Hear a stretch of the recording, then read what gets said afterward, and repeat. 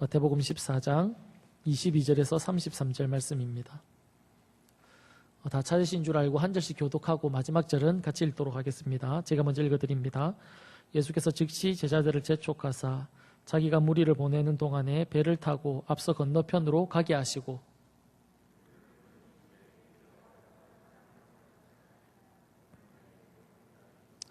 배가 이미 육지에서 술이나 떠나서 바람이 거스름으로 물결로 말미암아 고난을 당하더라.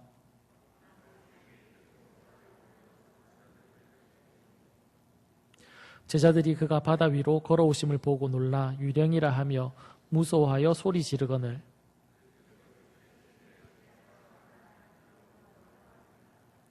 베드로가 대답하여 이르되 주여 만일 주님이시거든 나를 명하사 물 위로 오라 하소서 하니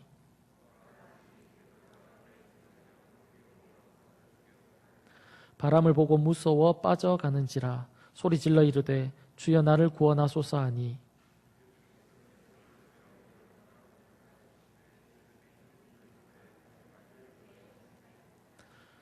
배에 함께 오름에 바람이 그치는지라 배에 있는 사람들이 예수께 절하며 이르되 진실로 하나님의 아들이로소이다 하더라.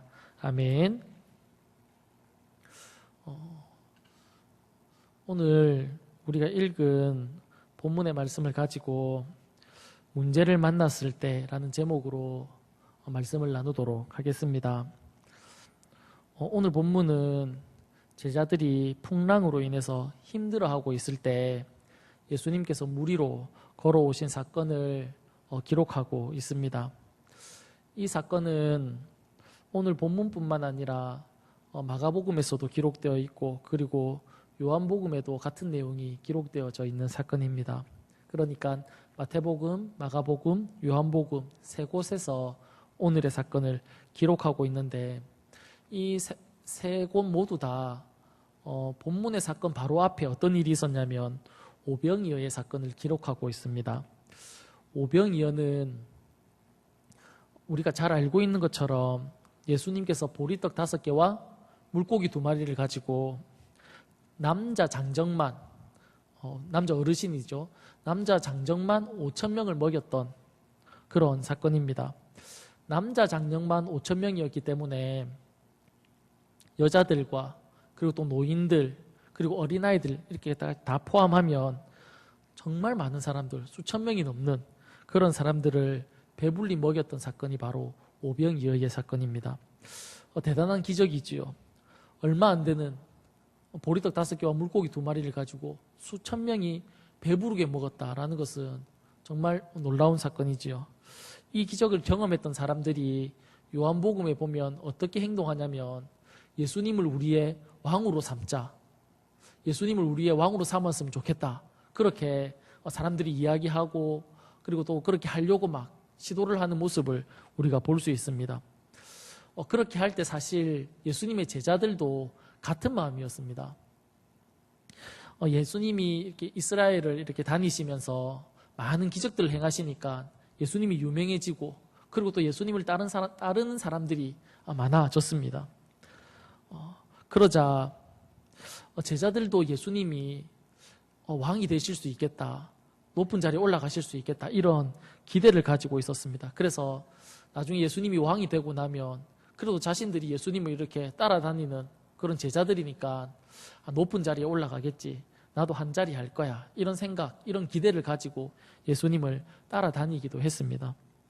그러던 중에 예수님께서 오병이어의 기적을 일으킨 겁니다.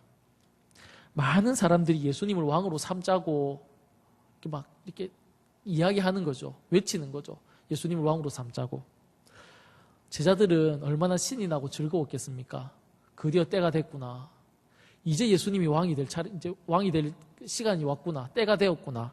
이런 생각을 가지고 기대하고 얼마나 이 마음이 부풀어 올라 있었겠습니까? 그런데 예수님께서 그렇게 사람들의 환호를 받고 인정을 받는 그런 상황 가운데 있을 때 예수님이 어떻게 행동하시냐면 오늘 본문에 보면 제자들을 재촉해서 배를 타고 반대편 마을로 건너가게 하십니다. 그리고 예수님은 혼자 산에 올라가서 기도하시죠. 제자들이 앉아있으니까 어서 일어나라고 그리고 막 떠밀어서 반대쪽 마을로 보냈습니다. 제자들은 배를 타고 가면서 무슨 이야기를 나누었을까요? 아마 오병이어의 기적의 이 흥분이 가시지 않았기 때문에 이 오병이어의 이야기를 하면서 가지 않았나 생각해 봅니다. 많은 사람들이 있었고 보리떡 5개와 물고기 2마리밖에 없었고, 그런데 떡을 떼주셔도 계속해서 떡이 생기고, 또 주셔도 또 생기고, 물고기도 나눠주셨는데 또 생기고, 그런 기적들을 눈앞에서 봤으니까 그 흥분된 그런 이야기들을 나누면서 배를 타고 이 건너편으로 넘어가고 있었다라고 생각이 됩니다. 그런데 제자들이 가고 있는 그 흥분에서 배를 타고 반대쪽으로 넘어가고 있는데 바람이 불어오기 시작합니다. 그러더니 큰 풍랑이 이 배를 막 흔들기 시작했습니다. 그래서 고난당하는 제자들의 모습을 오늘 우리는 본문에서 볼 수 있습니다. 사랑하는 여러분, 지금 제자들이 배를 타고 강을 넘어서 가고 있는데 그들이 배를 타고 강을 넘어서 가는 이유가 무엇입니까? 제자들이 가고 싶어서 간 겁니까? 아닙니다. 제자들은 예수님을 환호하고 많은 군중 속에서 예수님이 막 이렇게 높임을 받는 그 장소에 계속 있고 싶었습니다. 그런데 예수님이 떠밀어서 보낸 겁니다. 어서 넘어가라고. 제자들은 억지로 할 수 없이 예수님이 가라고 하시니까 배를 타고 반대쪽 건너쪽 마을로 이렇게 가고 있는 겁니다. 그런데 예수님이 가라고 해서 가는데 큰 풍랑으로 인해서 고생을 하고 있다는 사실입니다. 우리는 이런 부분에 있어서 이해하기가 쉽지 않습니다. 우리가 생각할 때 우리가 예수님의 말씀에 순종하면, 예수님의 말씀에 따르면 내 형편상, 내가 지금 있는 환경상 예수님의 말씀 따라가기가 쉽지 않은데 예수님이 하라니까 그래 한번 결심해서 예수님의 말씀 앞에 순종했을 때 우리는 어떤 기대를 가지고 있습니까? 하나님 우리를 도와주실 거야. 하나님 우리를 위해서 놀라운 일을 행하실 거야. 내 삶이 조금 더 나아질 거야. 조금 더 편안해질 거야. 이런 생각을 우리가 가질 수 있지 않습니까? 그런데 오늘 본문에 보면 예수님이 가라고 떠밀어서 갔는데 고난을 당하고 있는 제자들의 모습을 볼 수 있습니다. 어떻게 해서 이런 일이 일어났을까요? 왜 이런 일이 일어났을까요? 이와 비슷한 사건이 출애굽기 14장에 기록되어 있습니다. 출애굽기 14장은 우리가 잘 아는 홍해 사건입니다. 거기 보면 애굽에서 나온 이스라엘 백성들이 홍해 앞에 이렇게 서 있게 되는데, 그때 애굽의 군대가 추격해 오는 것을 보고는 이스라엘 백성들이 하나님을 원망하고 지도자 모세를 원망하는 그런 장면이 기록되어져 있습니다. 그런데 이스라엘 백성들이 홍해 앞에 이렇게 서 있는데 이 이스라엘 백성들을 홍해 앞으로 누가 인도했을까요? 모세가 인도했다라고 생각할 수 있지만 모세가 인도한 게 아니라 하나님이 인도하신 겁니다. 출애굽기 14장 2절에 보면 이렇게 말씀합니다. 이스라엘 자손에게 명령하여 돌이켜 바다와 믹돌 사이에 비아히롯 앞 바알스본 맞은편 바닷가에 장막을 치게 하라 라고 하나님이 모세에게 이야기한 겁니다. 이렇게 막 복잡하게 되어 있는데 이 장소가 어디냐면 홍해 앞입니다. 하나님이 모세에게 말씀해서 이스라엘 백성을 이리로 인도해라 라고 말씀하셔서 모세는 그 하나님의 말씀대로 이스라엘 백성들을 데리고 가서 보니까 거기가 어디냐면 홍해 앞이었습니다. 하나님이 그렇게 홍해 앞에 이스라엘 백성들을 데려다 놓고 그 다음에 하나님이 하신 일이 무엇이냐면 애굽의 바로 왕의 마음을 충동질시킵니다. 내가 괜히 놓아주었다 이스라엘 백성들을, 그들을 내가 데리고 오든지 아니면 죽이든지 해야겠다라고 하나님이 바로의 마음을 충동질시킵니다. 그래서 이 애굽의 바로 왕이 군대를 이끌고 이스라엘 백성들을 추격해서 이렇게 옵니다. 이스라엘 백성들은 앞으로도 이제 못 가고 뒤로도 가지 못하는, 이제 어떻게 할 수 없는, 그렇게 이제 딱 궁지에 몰려 있는 그런 상황이 이스라엘에게 발생한 겁니다. 애굽 손에 죽든지 아니면 홍해에 빠져 죽든지 그럴 수밖에 없는 상황에 하나님이 이스라엘 백성들을 딱 갖다 놓으신 겁니다. 이러지도 못하고 저러지도 못하게 하나님이 거기 딱 이스라엘 백성들을 두신 겁니다. 왜 하나님은 이스라엘 백성들을 그렇게 궁지로 모르셔야만 했을까요? 애굽에서 이스라엘 백성들을 건지실 때는 언제고 이제는 딱 죽을 장소에 갖다 놓은 겁니다. 10가지 재앙을 내려서 애굽에서 건져놨는데 죽을 장소에 참 고난받고 힘든 원망과 불평할 수밖에 없는 그 장소에 하나님이 이스라엘 백성들을 두신 겁니다. 왜 그렇게 궁지로 몰아넣으셨을까요? 우리가 홍해 앞에 선 이스라엘 백성들이 어떻게 되었는지 우리는 다 잘 알고 있습니다. 그들이 애굽 군대에 잡혔습니까? 죽었습니까? 홍해에 빠져 죽었습니까?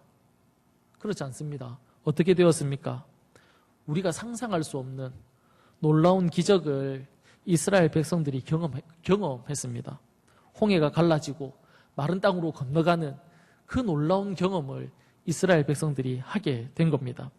그러니까 하나님이 이스라엘 백성들을 꼼짝달싹하지 못하게 궁지에는 몰아 놓으신 이유는 무엇이냐면 이스라엘 백성들로 하여금 하나님이 어떤 분이신지, 하나님의 능력이 어떤 분이신지, 그 하나님이 어떤 분이신지 보고 그 하나님을 경외하게 하기 위해서, 그 하나님의 이름을 높이기 위해서 그렇게 했다라는 사실입니다. 출애굽기 14장 31절에는 이렇게 말씀합니다. 이스라엘이 여호와께서 애굽 사람들에게 행하신 그 큰 능력을 보았으므로 백성이 여호와를 경외하며 여호와와 그의 종 모세를 믿었다. 그렇게 말씀하고 있습니다. 그러니까 이스라엘 백성들을 그렇게 궁지로 모르시고 원망과 불평의 자리에 놓아두신 이유는 이렇게도 못하고 저렇게도 하지 못하는 그런 상황 가운데 놓아두신 이유는 무엇이냐면 하나님을 경외하기 위해서, 홍해가 갈라지는 그 기적을 경험하고는 하나님이 이런 분이시구나, 하나님은 능력이 있으신 분이구나, 하나님은 대단하신 분이구나 라는 것을 경험하고 그 하나님 앞에 경외하기 위해서, 높이고 찬양하고 경배하게 하기 위해서 하나님이 이스라엘 백성들을 궁지에 딱 몰아놓으셨다는 겁니다. 그리고 자신들을 이끄는 그 모세가 하나님의 사람임을 믿기 위해서 하나님이 그렇게 어려움을 두셨다라고 그렇게 말씀하고 있는 겁니다. 오늘 본문도 주님의 제자들이 예수님의 말씀에 순종했습니다. 그런데 고통과 고난사고로 던져진 겁니다.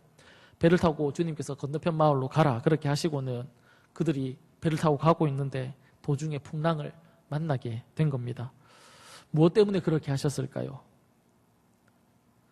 홍해 사건과 마찬가지로 하나님을 경험하게 하기 위해서, 하나님이 어떤 분이신지 제자들에게 알려주기 위해서 그렇게 하고 계시다라는 겁니다. 또한 예수님이 하나님의 아들이다라는 것을 가르쳐주기 위해서, 믿게 하기 위해서 제자들이 순종했음에도 불구하고 고난을 겪게 하고 있다라는 사실입니다. 그래서 이 풍랑의 고난을 다 겪고 난 제자들이 예수님을 향해서 무엇이라고 말하고 있냐면 오늘 본문 33절입니다. 성경의 33절을 보시고 다 같이 한번 읽어보면 좋겠습니다. 33절입니다. 시작. 배에 있는 사람들이 예수께 절하며 이르되 진실로 하나님의 아들이도소이다 하더라. 제자들이 예수님을 누구라고 고백하고 있습니까? 하나님의 아들이시구나. 정말 하나님의 아들이시구나. 내가 그동안은 하나님의 아들인지 아닌지 긴가민가 했는데 진짜 하나님의 아들이시구나 라는 그런 믿음을 생기게 하기 위해서, 그것을 알려주기 위해서 제자들의 순종에도 불구하고 하나님은 그 제자들을 고난 가운데 던져 놓으셨다라는 겁니다. 사랑하는 여러분, 우리의 삶도 마찬가지입니다. 우리에게도 주님에 대한 이런 새로운 깨달음을 주님께서 주시기를 원한다는 사실입니다. 우리의 신앙이 지금 이 수준에 계속해서 머물러 있는 것이 아니라 더 성장하고 더 성숙해지기를 주님이 원하십니다. 그래서 우리에게 고난을 주시고 우리의 삶이 평탄하지 않는 겁니다. 풍랑 속에 제자들과 같이 우리 인생에서 힘든 일들을 만납니다. 어떤 사람은 건강의 문제로 힘들어할 수 있겠죠. 또 어떤 사람은 사업의 문제로 고민하시는 분들도 있을 겁니다. 어떤 분은 인간관계 문제 때문에 힘들어하시고 또 가정의 문제나 아니면 자녀의 문제, 재정의 문제, 여러 가지 문제 앞에 하나님은 우리를 세워두십니다. 단 한 사람도 예외 없이 모든 사람이 다 문제 앞에 서게 됩니다. 제가 요 앞에 있을 때 교회에서는 이렇게 신방을 쭉 이렇게 대신방을 이렇게 담임 목사님을 따라서 돌다 보면 참 괜찮은 집이고 별 문제 없을 것 같고 행복할 것 같은 그런 가정에도 다 문제를 가지고 있더라고요. 다 문제를 다 내어놓습니다. 기도 제목을 보면 구구절절 문제들입니다. 그때마다 이제 앞에 있던 담임 목사님께서 그런 얘기를 하셨습니다. 가는 가정마다 문제 없는 가정이 없다고. 우리가 사람이 볼 때는 문제가 없을 것 같은데 가서 막상 그 집의 환경을 이렇게 보면 문제가 다 있다는 겁니다. 우리의 인생은 이 땅을 살아갈 때 단 한 가정도, 단 한 사람도 문제 없이 살아가는 사람이 없습니다. 다 하나님께서 우리 앞에 크든지 작든지 문제를 우리의 인생 앞에 두신다라는 사실입니다. 왜 그렇게 두실까요? 그 문제를 통해서 우리에게 새로운 깨달음을 주기 위해서, 그 문제를 통해서 우리가 더 하나님을 알아가든지, 그 문제 때문에 우리가 더 하나님을 의지하든지, 그 문제 때문에 우리가 더 하나님 앞에 매달리든지, 우리가 하나님께로 더 가까이 나아가게 하기 위해서 하나님은 언제나 우리 앞에 문제를 두신다라는 사실입니다. 그런데 막상 하나님이 주시는 그 문제 앞에 우리가 서게 되면 오늘 제자들의 모습처럼 무섭고 두렵습니다. 왜냐하면 우리의 힘으로 할 수 없기 때문에 그렇습니다. 그 문제를 우리의 힘으로 할 수 없습니다.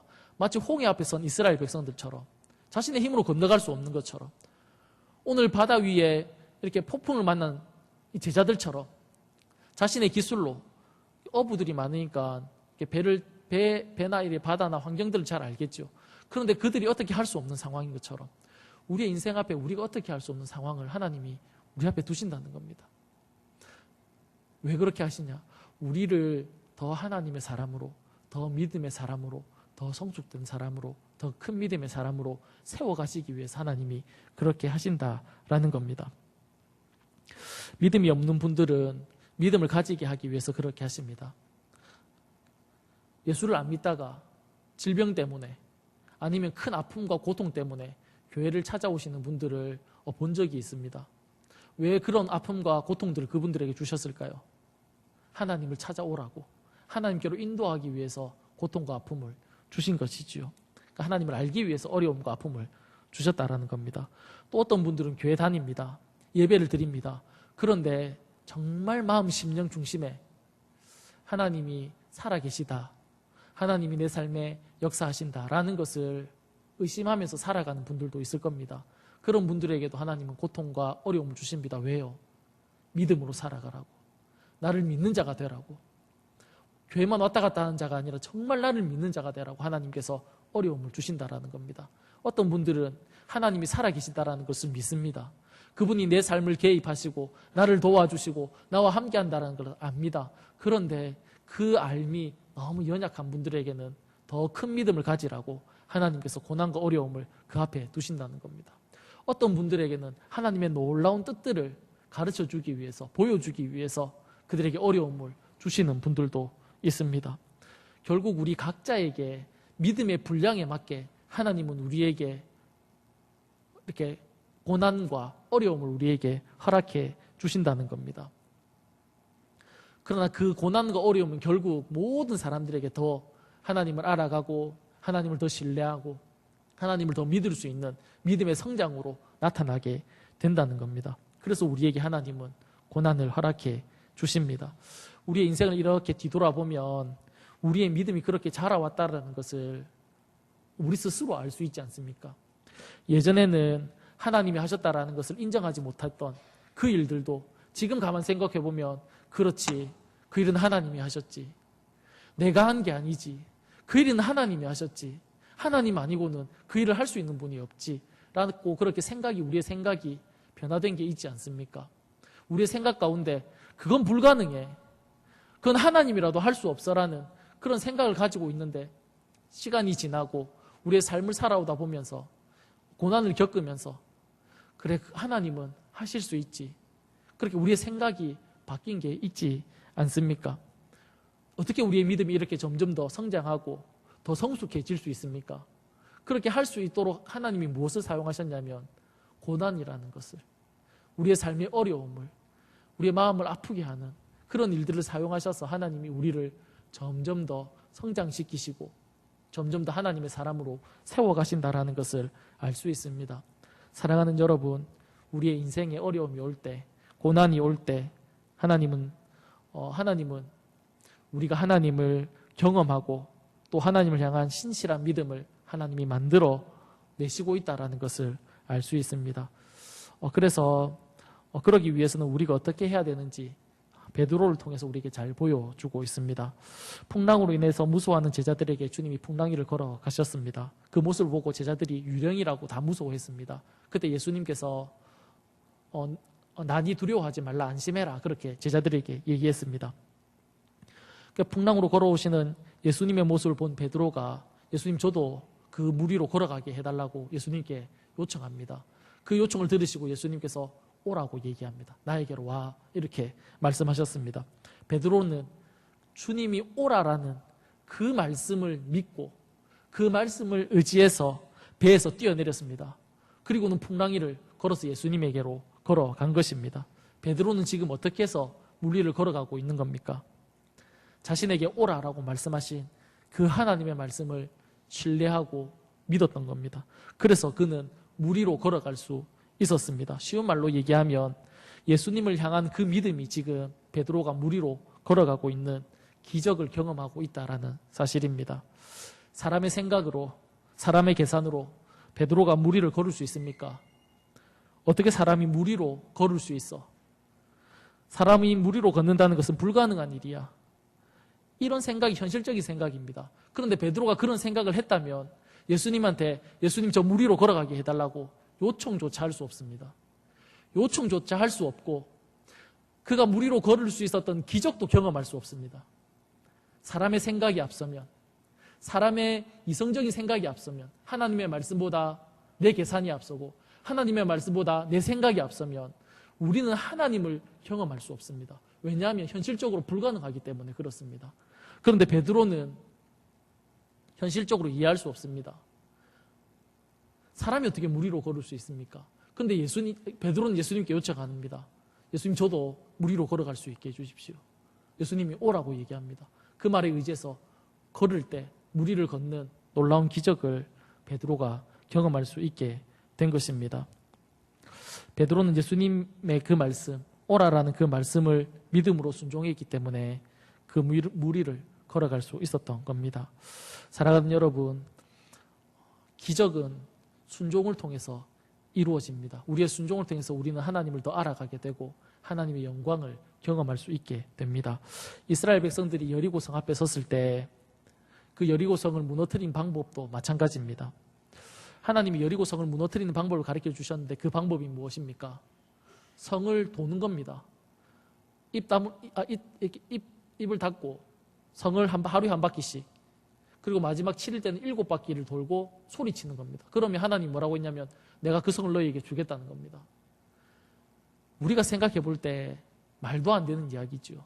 성을 점령할 때는 어떻게 점령해야 됩니까? 무기를 만들어야죠. 성을 올라갈 수 있는 도구를 만들어야죠. 그렇게 해서 성을 점령하는 거 아닙니까? 그런데 하나님은 성을 그냥 돌라는 겁니다.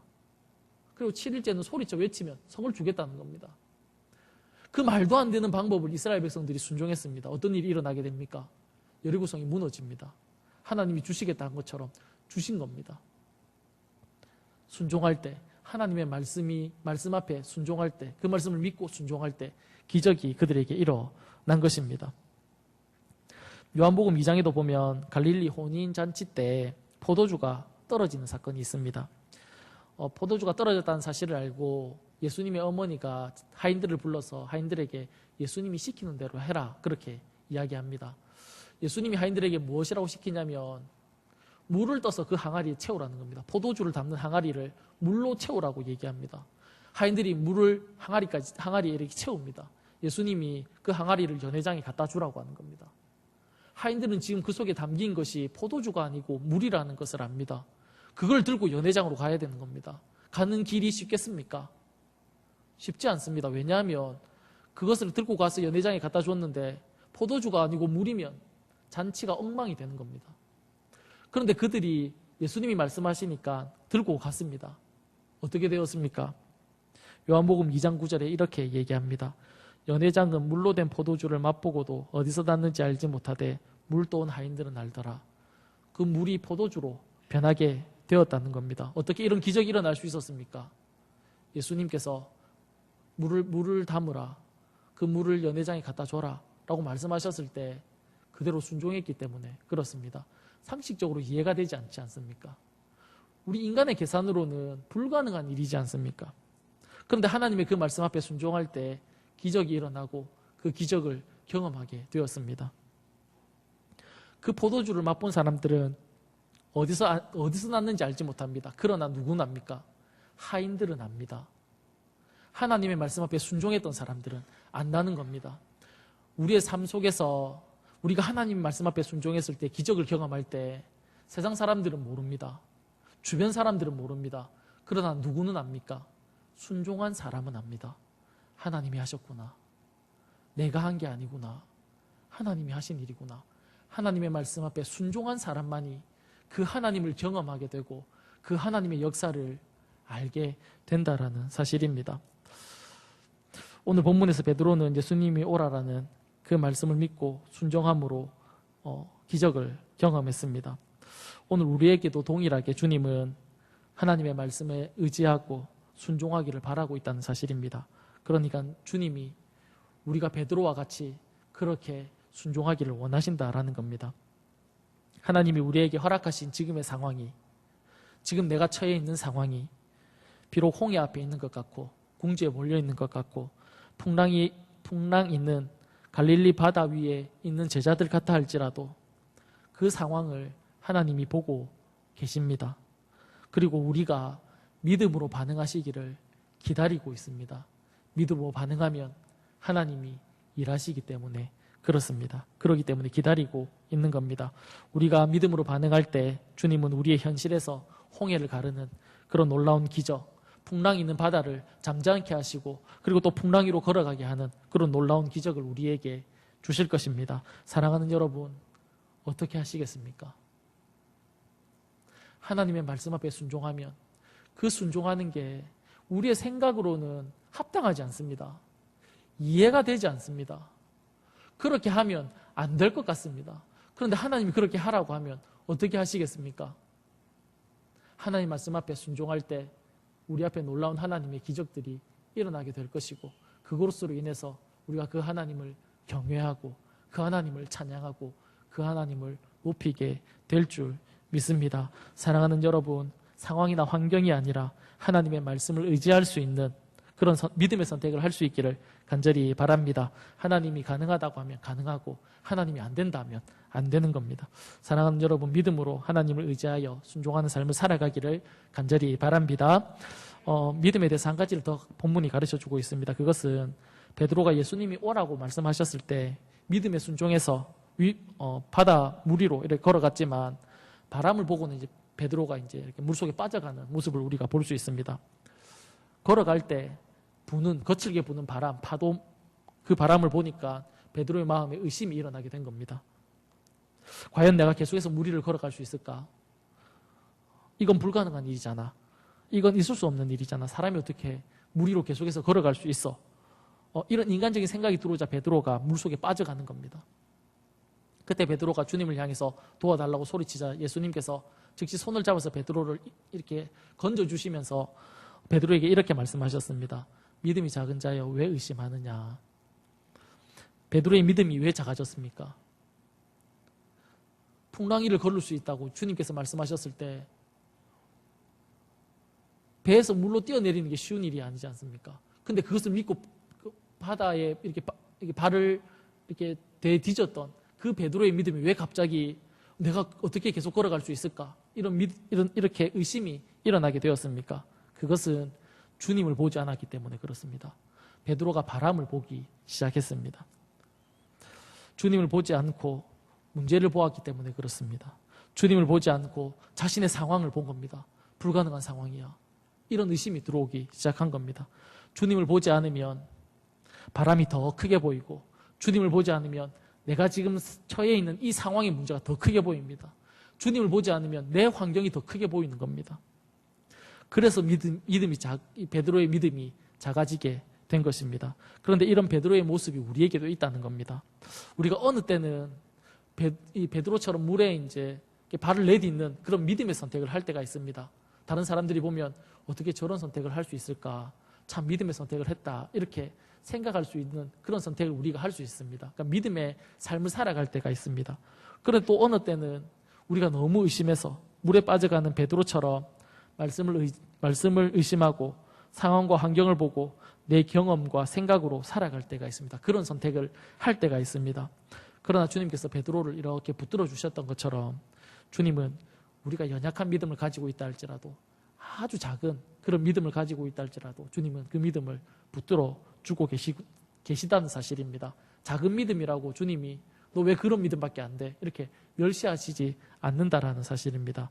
그러나 주님은 우리의 그 믿음이 더 성장하기를 원하시고 더 큰 믿음을 우리가 소유하기를 바라신다라는 사실입니다. 사랑하는 여러분, 우리 앞에 문제가 올 때 믿음으로 반응할 수 있기를 간절히 바랍니다.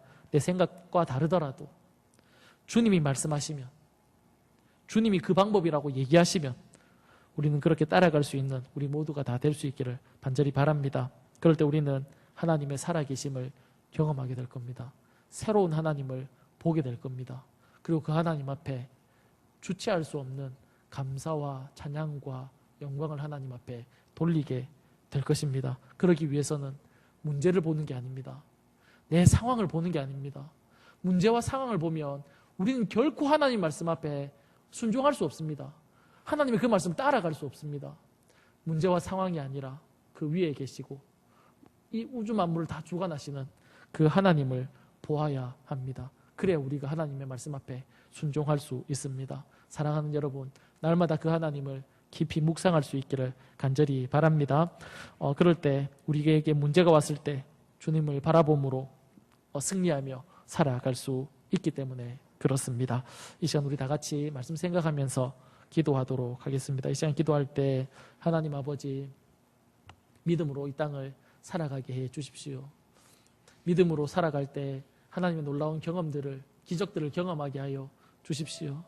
하나님 아버지, 상황과 환경을 보는 것이 아니라 하나님을 바라볼 수 있도록 하나님 도와주옵소서. 믿음의 선택을 하면서 이 땅을 살아갈 수 있도록 하나님 도와달라고 이 시간 우리 다 같이 주님 한번 찾고 기도하도록 하겠습니다. 주님 찾습니다. 주여, 살아계신 하나님 아버지, 우리가 이 땅을 살아갈 때 하나님 우리의 상황과 환경을 보면서 살아가는 자가 아니라 하나님을 바라보며 나아가는 하나님 심령들 될 수 있도록 하나님 은혜를 베풀어 주옵소서. 하나님 우리의 전약한 믿음일지라도 하나님 아버지 하나님을 붙들고 하나님을 소망하며 하나님의 기대를 기대하며 하나님의 역사를 기대하며 하나님 우리가 나아갈 수 있도록 하나님 도와주옵소서. 하나님 아버지 어려운 상황 가운데 있고 하나님 어찌할 수 없는 문제 가운데 하나님 아버지 허덕이는 심령들 하나님 불쌍히 여겨주시고 하나님 아버지 길들을 열어주시고 하나님 믿음으로 나아갈 때 하나님의 놀라운 기적들을 경험하는 하나님 귀한 은혜를 하나님 우리 모두에게 허락하여 주시옵소서. 그래 하나님 아버지 하나님을 찬양하며 새로운 하나님을 경험하며 나아가는 귀한 저희들의 삶이 다 될 수 있도록 주께서 은혜 위에 은혜를 더하여 주시옵소서. 고맙고 감사합니다. 하나님 역사해 주시옵소서. 살아계신 하나님 아버지 감사합니다. 우리가 이 땅을 살아갈 때 크고 작은 문제들을 만날 때마다 하나님, 우리가 그 하나님을 의식하고 그 하나님을 바라보며 하나님이 원하시는 믿음의 선택을 하며 살아가게 하여 주옵소서. 그래서 우리가 더 하나님을 알아가게 하시고 하나님을 더 경험하게 하시고 하나님의 놀라운 기적들을 체험하며 살아가는 귀한 주의 복된 심령들 다 될 수 있도록 주께서 은혜를 베풀어 주옵소서. 고맙고 감사하며 살아계신 예수님의 이름으로 기도드립니다. 아멘. 찬양하면서 언급하도록 하겠습니다.